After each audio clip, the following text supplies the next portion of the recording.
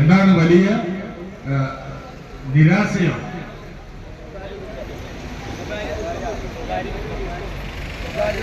സ്വകാര്യ ദുഃഖം. അതാ പറഞ്ഞത്, MLA-ക്ക് സ്വകാര്യ ദുഃഖമുണ്ടത്രേ 15 കൊല്ലമായി. എന്താണ് അദ്ദേഹത്തിന്റെ സ്വകാര്യ ദുഃഖം എന്ന് പറയുന്നത്? നമുക്കൊക്കെ സ്വകാര്യ ദുഃഖം എന്ന് പറയുന്നത് നമ്മുടെ ജീവിത പങ്കാളിക്ക് എന്തെങ്കിലും മാനസിക രോഗം സംഭവിക്കുമ്പോഴാണ്, അതല്ലെങ്കിൽ നമ്മുടെ മക്കൾക്ക് മതിയായ വിദ്യാഭ്യാസം കൊടുക്കാൻ കഴിയാതെ വരുമ്പോഴാണ്. അങ്ങനെയൊക്കെയാണ് സ്വകാര്യ ദുഃഖം. നിങ്ങൾ ഇവിടെ നോക്കൂ, 15 വർഷം പൂർത്തിയാക്കുന്ന മണ്ണാർക്കാട് MLA-ക്ക് തെരഞ്ഞെടുപ്പിന് ഏതാനും ആഴ്ചകൾ മാത്രം അവശേഷിക്കുക ഇപ്പോഴാണ് ഒരു സ്വകാര്യ ദുഃഖം വന്നിട്ടുള്ളത്. ആ സ്വകാര്യ ദുഃഖം എന്ന് പറയുന്നത് കണ്ണംകുണ്ട് പാലം പൂർത്തീകരിക്കാനായില്ല എന്നുള്ളതാണ്.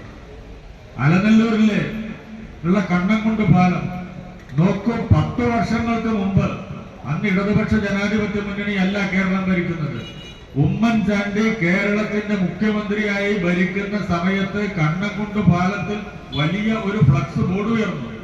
അന്ന് എന്താണ് പറഞ്ഞത്? കണ്ണംകുണ്ട് പാലം പണിയുന്നതിന് ആവശ്യമായി ബജറ്റിൽ തുകയിരുത്തിയ ബഹുമാനപ്പെട്ട മുഖ്യമന്ത്രിക്ക് അഭിവാദ്യങ്ങൾ എന്ന് പറഞ്ഞുകൊണ്ട് ആ കണ്ണംകുണ്ട് ബോർഡ് വെച്ചത്. അതിനുശേഷം ഇപ്പോൾ 10 വർഷം കഴിഞ്ഞു. 15 വർഷം പൂർത്തിയാക്കുന്ന ഒരു നിയോജക മണ്ഡലത്തിലെ ഐക്യ ജനാധിപത്യ മുന്നണിയുടെ ജനപ്രതിനിധിക്ക് ഇപ്പൊ ഈ തെരഞ്ഞെടുപ്പ് എടുക്കുമ്പോഴാണോ സ്വകാര്യ ദുഃഖമുള്ളത്? നിങ്ങൾ നോക്കൂ, കേരളത്തിന്റെ റോഡുകൾ വിവിധ പേരുകളിലാണ്. മലയോര പാതകൾ, കടലോര പാതകൾ എന്ന് തുടങ്ങി റോഡ് നോക്കി മുഖം മിനുക്കുന്ന അവസ്ഥയിൽ സംസ്ഥാനത്തിന്റെ വിവിധ ഭാഗങ്ങളിലുള്ള റോഡുകൾ മാറിയപ്പോ മണ്ണാർക്കാട് നിയോജക മണ്ഡലത്തിലെ റോഡുകളുടെ സ്ഥിതി എന്താ? ഞങ്ങൾ ഈ ജാഥയുടെ ഭാഗമായി അലനല്ലൂരിൽ റോഡുകളുടെ കഥയെ പറഞ്ഞില്ല. കാരണം അലനല്ലൂരിൽ സംസ്ഥാനത്തെ റോഡുകളെ സംബന്ധിച്ച് പറഞ്ഞാൽ അവിടെ ഒരുപക്ഷെ നാട്ടുകാര് പൊതുയോഗം നടത്താൻ സമ്മതിക്കുമോ എന്ന ആശങ്കയിലാണ് ഞങ്ങൾ. മാസങ്ങളായി പൊടിപാറി ജനത്തിന് ജീവിക്കാൻ നിർവാഹമില്ലാതെ റോഡിലൂടെ ആളുകൾക്ക് സഞ്ചരിക്കാൻ പറ്റാത്ത അത്ര ദുരിതപൂർണമായ സാഹചര്യമാണ് കൊമരംപുത്തൂർ തുങ്കത്ത് നിന്ന് അലനല്ലൂർ വഴി പോകുന്ന ആ റോഡ് ഇപ്പോൾ അനുഭവിച്ചുകൊണ്ടിരിക്കുന്നത് എന്ന യാഥാർത്ഥ്യം നമ്മൾ മനസ്സിലാക്കണം. ഈ റോഡിന്റെ സ്ഥിതി എന്തായിരുന്നു? എന്തെല്ലാം ആഭാസ സമരങ്ങളാണ് ഈ റോഡിൽ നടന്നിട്ടുള്ളത്. നിങ്ങൾ നോക്കൂ, ഒരു കരാറുകാരന്റെ ഓഫീസ് യൂത്ത് ലീഗ് അടിച്ചു പൊളിക്കുന്ന സാഹചര്യം വരെ ഈ തെക്കരയിൽ ഉണ്ടായി. കേരളത്തിൽ മറ്റെവിടെയും ഇങ്ങനെ നടക്കുന്നില്ല. ഓരോ പദ്ധതി രൂപപ്പെട്ട് കഴിഞ്ഞാൽ ആ പദ്ധതിയെ സംബന്ധിച്ച് എല്ലാ മാസവും ആ മണ്ഡലത്തിലെ MLA-മാർ, ജനപ്രതിനിധികൾ അവലോകന യോഗങ്ങൾ നടത്താറുണ്ട്. ആ പദ്ധതിയുടെ പുരോഗതിയെ സംബന്ധിച്ച് പരിശോധിക്കാനാണ്.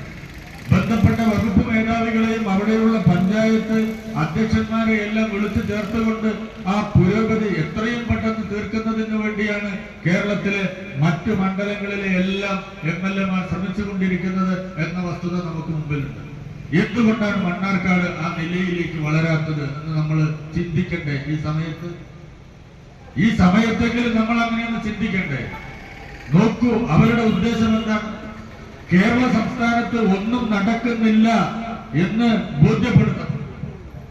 ഒന്നും നടക്കാത്ത സംസ്ഥാനമായി കേരളം മാറണം. അത് അവരുടെ ആഗ്രഹമാണ്. ആ ആഗ്രഹം ഉള്ളിൽ വെച്ചുകൊണ്ടാണ് കഴിഞ്ഞ 15 കൊല്ലമായി കേരളത്തിന്റെ പൊതുവികസനത്തോടൊപ്പം നടക്കാൻ, ചേർന്ന് നിൽക്കാൻ ഈ മണ്ണാർക്കാട് നിയോജക മണ്ഡലത്തിന് കഴിയാതെ പോകുന്നു എന്ന വസ്തുത നമ്മൾ മനസ്സിലാക്കണം. അതിന് ബലിയാടാകുന്നത് മണ്ണാർക്കാട് നിയോജക മണ്ഡലത്തിലെ ജനങ്ങളാണ്. എത്ര പദ്ധതികൾ ഇവിടെ വന്നിട്ടുണ്ട്. എടുത്തു പറയാൻ ശേഷിയുള്ള ഏതെങ്കിലും ഒന്ന് കഴിഞ്ഞ 15 വർഷത്തിനുള്ളിൽ ഈ മണ്ണാർക്കാട് നിയോജക മണ്ഡലം കണ്ടിട്ടുണ്ടോ? ഉണ്ടെങ്കിൽ അവര് പറയട്ടെ. ഞങ്ങളുടെ ചില ചോദ്യങ്ങൾക്ക് ഇന്നലെ മറുപടി എന്നോണം മണ്ണാർക്കാട് MLA പത്രക്കാരോട് പറയുന്ന ചില വർത്തമാനങ്ങളുണ്ട്. കണ്ണംകുണ്ട് പാലം പൂർത്തിയാകാത്തതിന് ഉത്തരവാദി ആദ്യം പറഞ്ഞത് അത് മരുമാൻ പൈസ തന്നില്ല എന്നാ. നിങ്ങളൊക്കെ കണ്ടിട്ടുണ്ടാവും. മരുമാൻ എന്ന് പറയുന്നത് മുഹമ്മദ് റിയാസിനെയാണ്. അത് മാത്രമല്ല, വളരെ വിചിത്രമായ ഒരു കാര്യം അദ്ദേഹം പറഞ്ഞു. ആ പറഞ്ഞ കാര്യം എന്ന് പറയുന്നത് 4 കൊല്ലമായി ആ കണ്ണംകുണ്ട് പാലം പണിയുന്നതിന് വേണ്ടി MLA മന്ത്രിക്ക് പൈസ കൊടുക്കുകയാണ് എന്ന രൂപത്തിലാണ് പറഞ്ഞത്. MLA അങ്ങോട്ട് പൈസ കൊടുക്കുന്നു, എന്നിട്ടും അനുമതി നിഷേധിക്കുന്നു എന്ന തരത്തിൽ എന്താണ് ഇതിനൊക്കെ മറുപടി പറയുക? ഇവിടെയുള്ള പഞ്ചായത്ത് മെമ്പർമാർ അങ്ങോട്ട് പഞ്ചായത്ത് പ്രസിഡന്റിന് പൈസ കൊടുത്തിട്ടാണ് റോഡ് പണി നടക്കുന്നത്. ഒരു പദ്ധതിയായി രൂപപ്പെട്ടു വരുന്നതല്ലേ?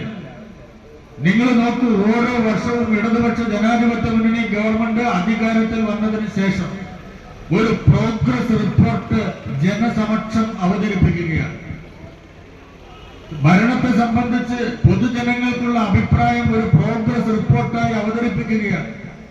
ഓരോ വർഷവും ജില്ലാ കേന്ദ്രങ്ങളിലൂടെ ജനങ്ങളുടെ മുമ്പാകെ എത്തി